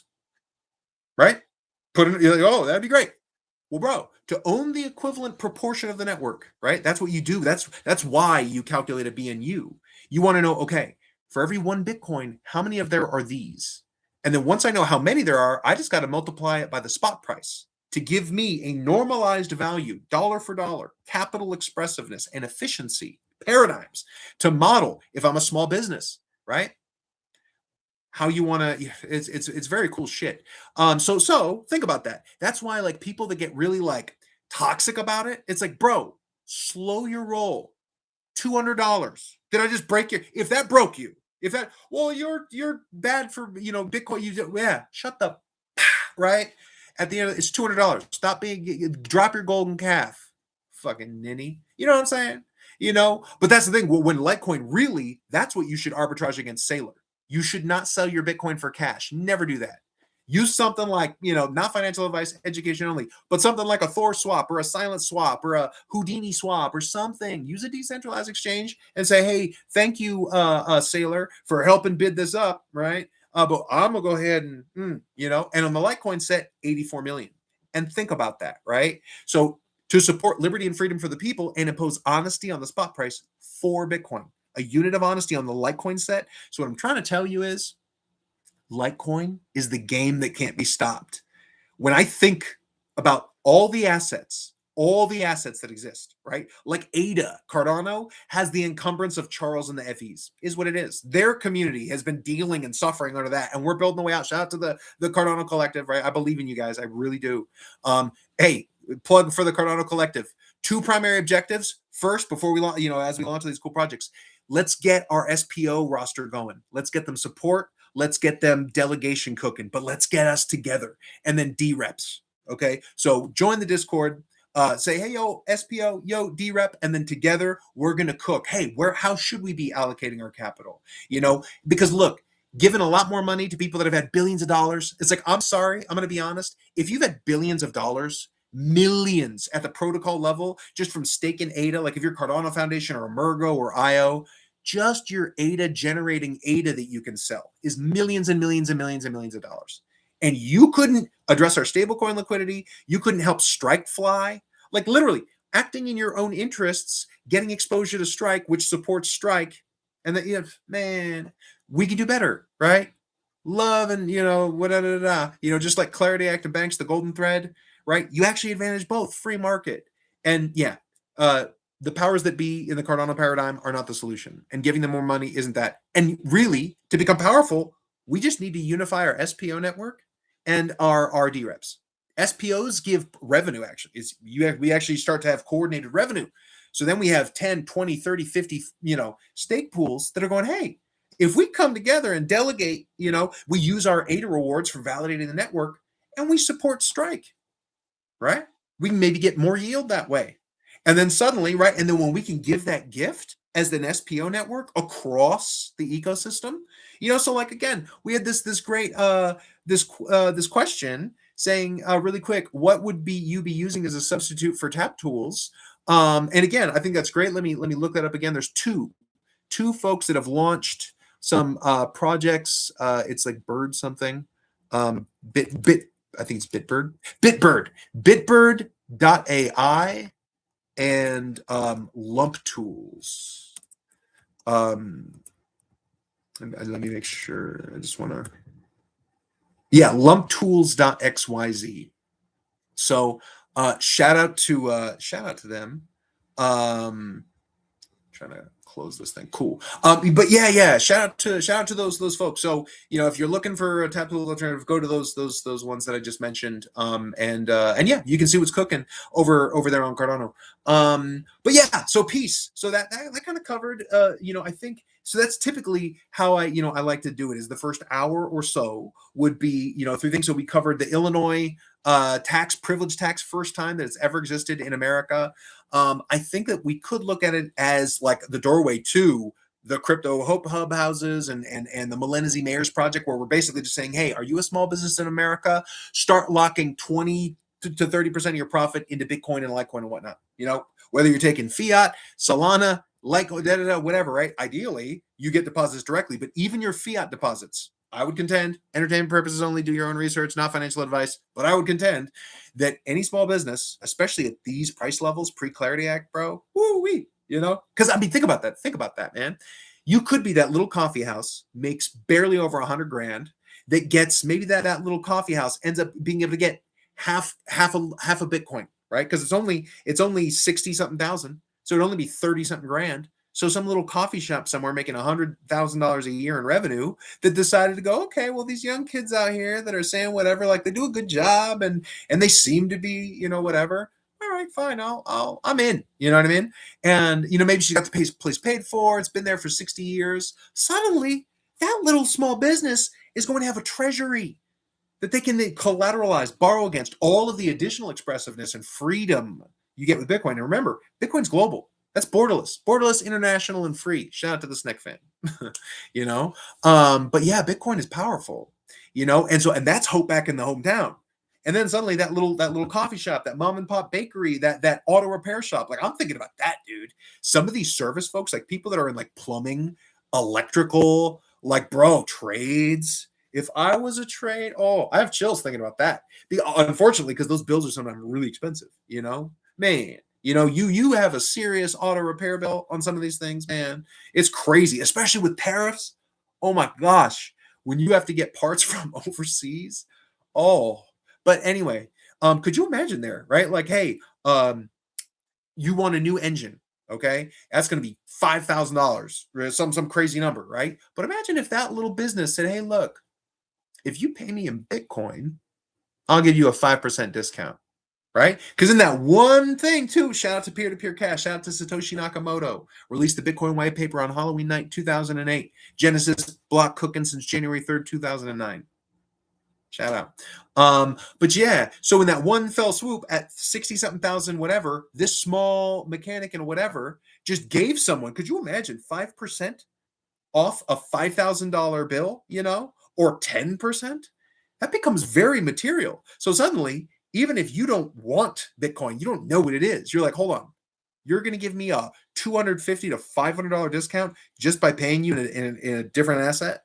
Yeah. If you'll pay me point of sale right here at, Bill's, whatever, auto repair in fill in the blank America, yeah, you know, sure. I'll give you 5% discount. Pay me a Bitcoin, right? And think about that. Bill, if he knows his bills are paid again, he's been there for 60 years, da da da da da. These are freedom recipes, ladies and gentlemen. And those are Bitcoin that is stacking. That makes Saylor his fiat industrial complex. And again, right? Free markets. But we gotta compete for these Bitcoin. Just like the Cardano community has to compete against these founding entities for ADA, and that's why, having get SPOs together, get DREPs together. Two first initial objectives for the Cardano collective. Cut out the noise. Don't go to some weird little echo chamber of sycophants with Chuck and whatever he's cooking. Notice how the Cardano collective launched before Chuck. But someone says that keeps happening, that some independent people launch cool shit, and then the powers that be in Cardano buy it and then kind of fuck it up. You know what I mean? But anyway, so yeah, SPOs, DREPs, get them together, and then we start cooking, bro. We have revenue, we have votes, we can do the treasury doing the thing, and then cool projects. But anyway, I digress. Yeah, honestly, man, I like an hour and a half. I could go on. Like now, as I feel when I would really start rambling, this would be the first hour of the show. I feel like I more or less covered the Illinois crypto tax, Federal Reserve. Again, rates were held. They're saying maybe they'll increase rates by 0.25%. 25 basis points or whatever. And Lebanon peace this Friday, signed in Geneva, Switzerland. Lebanon is the T, right? That is so good. And I actually did read something how like Israel was pushing back. They were like upset at that. I'm leaning into the better angel of my nature, but I'll say this: it is not incumbent upon America to be spending our blood and treasure on behalf of folks that are hurting other folks. Yeah, the people of the world have a right to defense. So shout out to it. Whether it's Iron Dome, whatever the hell you're doing. But stopping other people from harming you is a different thing than going out and being antagonistic towards people. Anyway, so peace. I'm bullish on peace, bro. I'm really bullish on peace. Yeah, and then Bitcoin. Bitcoin is. I honestly think. I think that'll more or less do it. Because again, like maybe if I had a guitar, I would maybe play. I would play something. I do have my guitar, but again, it's broken. It's been warped. It's old. It's a miracle that it even works. It's got a crazy repair because it's the whole ass neck broke. It's crazy. But shout out to it. I will miss it, but I need a new one because I've been missing it for that's good for your body, by the way. Dexterous things like people that play video games. Like shout out to as someone said, like greetings to gamers. Anyone that's big into gaming and like Discord and whatnot. They say a lot of these things it's good for dexterity, manual dexterity. But definitely go out and touch grass. One of the things that I've been enjoying is running lately. That's been so good. A while there, I was just having health issues, and like a lot of Americans, right? Your healthcare is tethered to employment. So if you don't have a classical employment situation, you don't really have healthcare, and it's very expensive. You can't even figure out what is wrong with you without paying maybe $1,000. You know what I mean? So it's, and like I'm thinking like, what is like blood work or walking into a whatever, So anyone that is, whatever, shout out to Mark Cuban and Cost Plus Drugs. My understanding is that is literally drugs at cost. So if you're on some kind of prescription medication, you're going, oh my God, how do I navigate these bills? Because that's another thing. A lot of people's, premiums. There's a lot going on for people out there. But yeah, check out Cost Plus Drugs. Again, not a sponsor. They exist and I appreciate that. Because the number one cause of bankruptcy in the United States of America is medical debt. That's wrong. We can do better. And that's another thing. Speaking of the Anti-Competition and the Clarity Act, insurance companies should have to compete with blockchain and AI. Because think about this, right? We can now have AI. AI can take your policy, your premium. Think about this, right? If you're a 60-year-old man or woman, your monthly premium that you're going to pay in is going to be more than a 20-year-old man or woman. you know? And so that's probabilities. All of these plans and premiums are based on things like, were you a smoker? Do you drink? Have you been in like car accidents, medical history, all these different things that you sum them up and you say probabilistically you are going to likely tap your medical, because if you're 20 years old, odds of needing cholesterol medication or they're very, very, very unlikely, right? But as you get older, these things higher likelihood. So those probabilities are what set your premiums. All of that AI can do. There is no value add from a Blue Cross Blue Shield or a Aetna, not picking on any of them. All insurance models. Fundamentally, it's probabilistic money shuffling.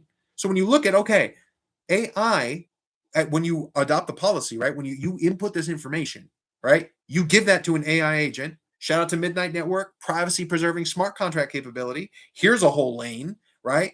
And talking about models where private insurance should have to compete with blockchain and AI. Because here's the other thing, with AI, we can input your profile as a patient.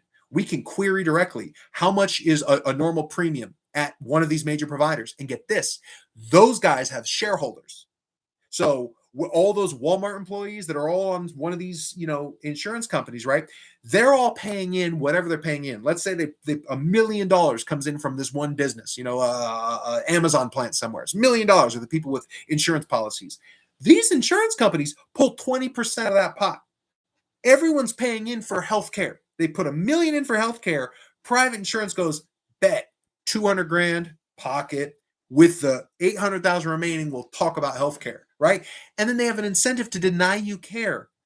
You then got to go and you got to say, hey, can I get this procedure at my doctor? And then you got to get it approved by your insurance. And that's why if they deny your care, they don't tap the pool, right? So they get more of it at the end of the year.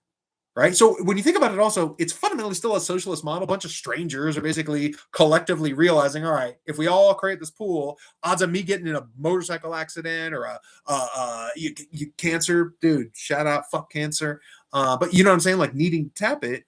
But yeah, the point is AI and blockchain, we can disintermediate that non-value creation, right? Because one, we don't have someone that's pulling 20% out of the pool initially.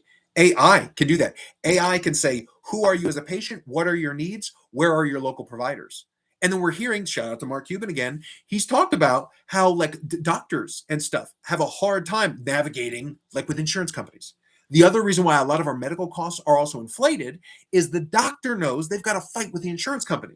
So let's say you want to go get blood work drawn. You're like, yo, bro, my heart's not feeling good or whatever. Or like, it was just something. You want help from a doctor. Right? That doctor is going to go bet, what's your insurance? Right? And they may, in like, needles and lab work and actual gauze and patches, right? They might use $250 for the shit. But they know they got to come at your insurance with like $1,000 bill. Because really they just want $250, but they know they're going to get pushback. They know they're going to we'll give you half. Right. And so we create this effed up situation where doctors, people actually adding the value, because that's value, right? You want to go to the doctor that's going to, oh my gosh, you got to, you cut yourself in your arm, let me stitch you up. Or, oh gosh, you're looking pale, bro. Let me get an EKG on you. This kind of shit, that's value. Blue Cross Blue Shield, because think about it, guys. They're probabilistic money shufflers. They're between you and your doctor. With AI and blockchain, we can have a network of doctors all across Wyoming, all across Texas, all across Florida. You feel what I'm telling you, right?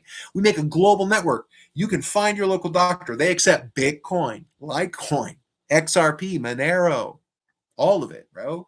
And so then suddenly we have healthy competition again. That's all I'm trying to tell you. Let banks and insurance compete with blockchain and AI just like you and me, right? I've got engineering degrees. And if you try to go get hired somewhere in the last whatever, it is not a friendly job. Being honest, though, I have not put out a lot of resumes. If I'm being honest, but because I did for a while. It's been a long minute. But man, dude, I've been there where you put out 100 resumes and you just get crickets, dude. Man, so it's bad, dude. So I feel for you, anyone out there.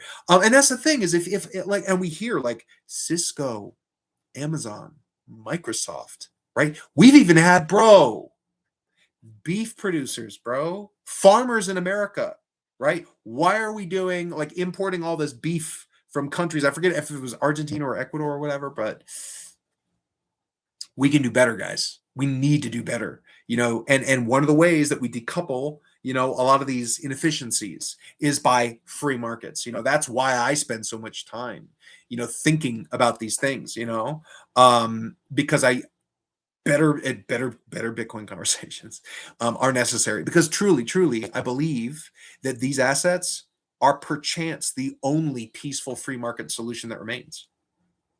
That it might take a 1776 Second Amendment situation to rectify tyranny, because you go back to the documents, read the Declaration of Independence. There are I believe, 27 enumerated listed grievances against a king. And if you read that list, and then you think about the federal powers that be in America, how many things on that list are they guilty of infringing on? When you look at even things like the Third Amendment, which is the Quartering Act, which means no American citizen will be will have to have troops under their home to quarter. So that's like to give like a roof over your head, essentially. Because back in the day, for folks that don't know, it wasn't the Boston Tea Party. That was just like the whatever. Before that, though, because people started pushing back against the king and the taxation and all that, the king was like, bet you will quarter my soldiers. So now, when you're off at work and doing whatever in 17 whatever America, you've got a redcoat in your house with your wife, your kids, your personal papers and effects. Fourth Amendment right to privacy, And so when we think about Palantir in your house, they're a government contractor. Did you give them permission? I would say that's starting to look a lot like an infringement on a Third Amendment right to a U.S. citizen. And then furthermore, privacy in your person's papers and effects, right? So when we really look at this apparatus, devoid of Second Amendment, which is your right to a well-regulated militia being necessary to the security of a free state, the right of the people to keep and bear arms shall not be infringed. I love the fact that they lead with the militia. They're saying the right of the people to assemble, right? First Amendment gives us a right to peaceful assembly. Second Amendment gives us a right to assembly with intention, to have martial consequences, and to have the instruments with which to levy the consequence of us marshaling, a lethal force. Because in 1776, these people just are living through, what it means to have to secure liberty from tyrants and kings, Whereas Bitcoin and Litecoin and these things, crypto hubs and houses, getting it so every small business in America, low key, has a chunk of a Bitcoin that's growing at the rate of global economies. Because that's the thing. Think about that. Your local mom and pop business in the middle of Illinois or Wyoming or Texas, that's not expected to grow at the rate of something like a Bitcoin. But suddenly, with education, scientia potentia est. Man, I've often called it like, the age of magic in the era of UTXO. That for the first time, that veil between freedom, like this notion, like it's never been more accessible. In the heretofore, it was a lot more like, how wealthy was the family you were born? Where are you? What color skin? All kinds of crazy shit. Whereas now, it has never been more so that with the requisite learning and knowledge and the understanding that these different things exist. Like, again, like when Ethereum was cooking, I was largely missed by that, because there were fundamental flaws. I'm like, I don't like the infinite supply. I do not like these the security vulnerabilities, with EVM and account space, whatever. And the sprint for the cash before the crash approach, which will get a lot of money, and then we'll hire engineers with that money to fix the problems as they arise, and those that we know but aren't going to be too public about. You know what I mean? Whereas Cardano said, bet, let's do that hard work and that engineering and get that smart contract expressiveness on the UTXO model of Bitcoin. And so that's why when Cardano was cooking, I was paying attention. I was like, oh, okay, I see what you're doing there. That's valuable. That helps Bitcoin transcend 7 transactions per second. And yet you can do that in a manner that's not custodial in the way that the Lightning Network is, if you don't run your own node and you don't, fund your own channels, I mean, there's a lot there. So that interoperability is what really actually liberates. It's so funny. Bitcoin maximalists are like these banks in a way, doing like the Clarity Act or all this kind of shit. It's like you're killing the maximum freedoms. Like banks are going to do better, and the people are going to do better, and then everyone's going to do better if you actually encourage free market competition and access. You know, and so in that same way, Bitcoin is more empowered as Bitcoin when it's paired with Litecoin. Literally, just the liberty arbitrage there. And that's the savvy folks are going to realize that. And again, one of the ways to help start these layers, get one Bitcoin normalized unit.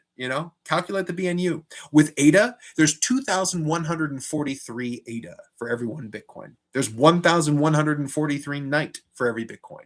I didn't calculate the amount in Night, but it would be okay. ADA was about $365, and that was around present valuations. So think about that, right? Can you move one Bitcoin off an exchange? Probably not. Could you move 4 Litecoin? Probably. $200, right? Could you move? So that's also imposing honesty on the spot price of Litecoin. So not only are these BNUs, how much does it cost, whatever, but it's also like an honesty unit, if you like, so, right. So a unit of honesty on Litecoin, 200 unit of honesty on the ADA set, 365, and again, if 17 and Night, I think between call it 3 cents. So shit, it's probably it's less than $100, you know what I mean? Or thereabouts for an equivalent. So that's the thing, is a baseline. You know what I mean?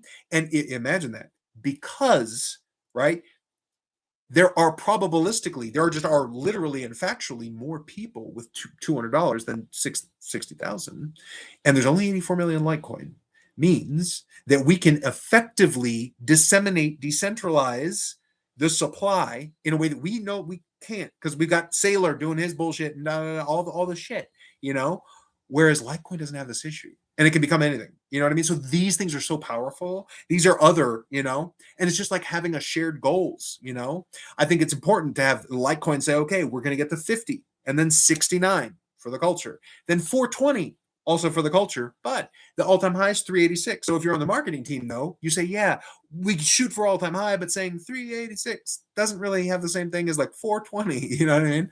And then once you're at 420, $1,000 is in sight. Let's go, and then enter the Dragon Ball Z memes, that were like legend when Bitcoin was first breaking 10,000. That shit was funny as hell, bro, because they were doing this like 9999. But what was wild is Bitcoin just kept messing with it. It felt like hundreds of times it felt like Bitcoin cleared 10K, then under 10K, cleared 10K, right? And so it's going 4-figure, 5-figure, 4-figure, 5-figure, 4-figure, but that journey for Litecoin, having that shared thing and the path there, powerful, and this is what's very much missing, like say in the Cardano set, that kind of leadership, there's a lot missing there. But yeah, man, I think I'm gonna call it, because I don't want this to bloat too much. I've enjoyed myself, and yeah, and otherwise I'll just ramble about stuff that I'll ramble about tomorrow, and I'm trying to, consistency is key, and do all that. So and then people that do want to see this maybe aren't feeling like, oh my god, do I really have 3 hours to listen to this guy do whatever? But yeah, man, hopefully y'all enjoyed. Thank you everyone that rolled through. Thank you for the support. Please do like, subscribe, do all that stuff. Follow me on the social media shit. I will eventually, because here's the thing, right? Because I'm committing to this daily thing, I thought about, like, if I didn't do live streams, like I actually like video editing and shit. So that's easy, right? To like upload a video, but it's not the same, and I think one of the things that in the modern era too is people can do prepackaged shit, but like what is happening right now in the world, there's value in that, you know what I mean? So I want to kind of, you know what I mean? I wanted to deliver that experience more so than, the packaged situation. But things like StreamYard, things like, having the thing, being able to share the screen, and going from the one, because I'm also mobile, in life, speaking of, employment, right? Digital nomad for a minute, definitely down to have a home base. But again, these are chaotic times for so many people, man. This job market's wild. But don't lose hope. That's how oppressed people escape. Bitcoin, Litecoin, Cardano, these kinds of solutions are a big piece of how we seek and find liberty together. So yeah, man, shout out to community, shout out to the cultivation thereof, right? Maximalism is stupid. I personally, am not one that would be like stacking a bunch of XRP, right? Or definitely not Ethereum or Solana, like whatever. But people are doing that, right? And if someone was flush and they wanted to support some friends, right, with XRP, I would go, okay, bet. I'm going to calculate the BNU of XRP, which would be like 100 billion divided by 21 million, whatever that is. I think it's like around 5,500 ish, somewhere in that ballpark. And then maybe I go, okay, someday maybe I'll just grab that to support, the XRP fam, so on and so forth. And so I think having these sorts of approaches to the market where we begin to exponentiate that, you're right. Look at Zcash.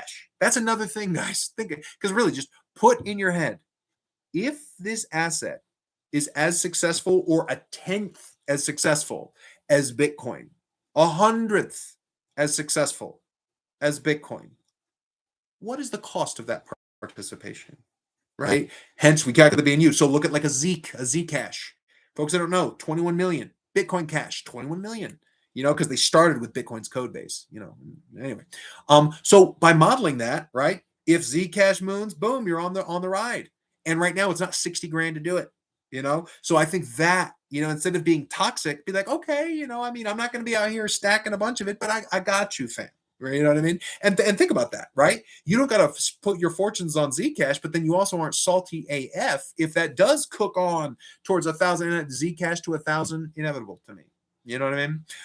Litecoin to 1,000, inevitable to me. You know what I mean? Litecoin again of anything, because look, Zcash has that built-in mining tax, right? Charlie Lee selling removed the founder's overhang.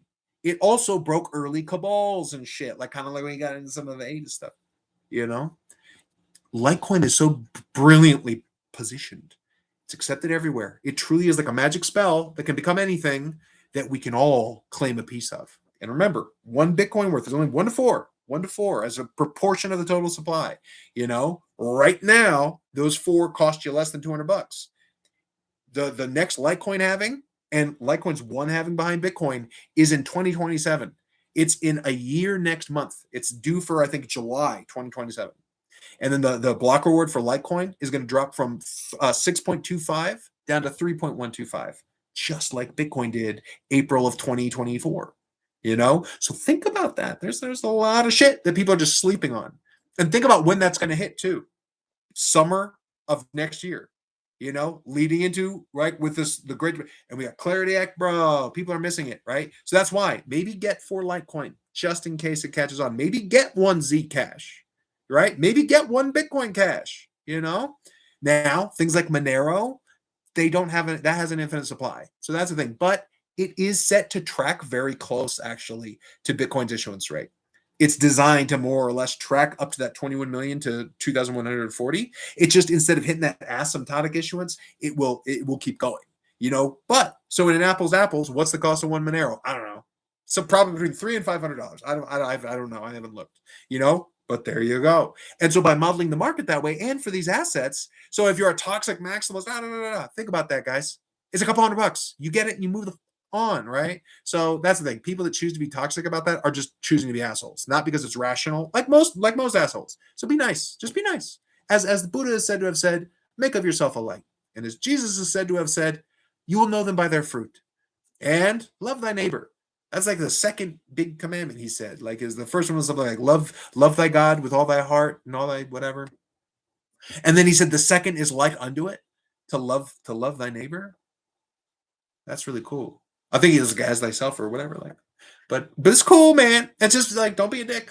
Let's help each other out, And again, I don't particularly, claim any particular, faith, to still be deeply informed by it. I think that's beautiful. And I think that to me is grounded in my humanity, in knowing that, yeah, dude, every other person born, not just man, but every other person born, right? Fingers and toes, lungs, heart, fears, hopes, dreams, need some oxygen, I like, good food is awesome. I mean, dude, a banana, kiwi, oranges, a good cheeseburger. I'm gonna be honest. But I feel bad because I think cows are cool too.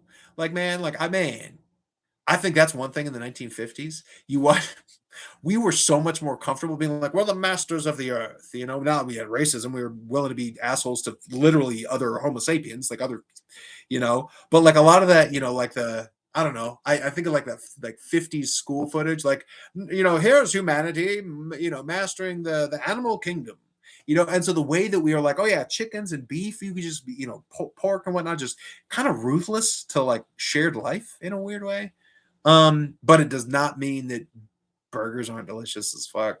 And I'm not going to stop eating them because there is a whole little bit of a circle of life. But we should respect it though. We should not be cruel to, you know, we shouldn't be cruel in how we source our food, you know. Um, but yeah. Um, yeah. So I'm gonna wrap that up there. Cool. Just about the 2 hour mark. That's cool. So yeah, shout out to the great state of Illinois. Shout out to the Warsh. Good job, bro. Good job. I would give it, you know, I mean, easily, honestly, 7 out of 10 baseline. You know, I didn't actually see it, but from just what I'm reading and given the context, you know, but yeah, given the context, first one, I think you did great. I don't think you probably could have really, yeah, probably couldn't have done better, given what you got handed. You know, the printer go burr, and then peace, man. Shout out to it. So for folks that don't know, if I was going to circle a date on the calendar, and if I'm looking at recent market action, because when, as a matter of fact, let's look at that really quick. Because if we've retraced, I would right, we might have. So when the yeah, amen, bro. Good night, dude. We went from 64.3 all the way up to 67 when the peace deal was announced, and we're back at close to that level. We've got this peace summit on Friday, so I would just say circle that, and let's see what happens in these markets. But with that, guys, here's to freedom, here's to liberty, better Bitcoin conversations for sure. And yeah, you know, shout out to make of yourself a light, love the neighbor, and I'll catch you guys tomorrow.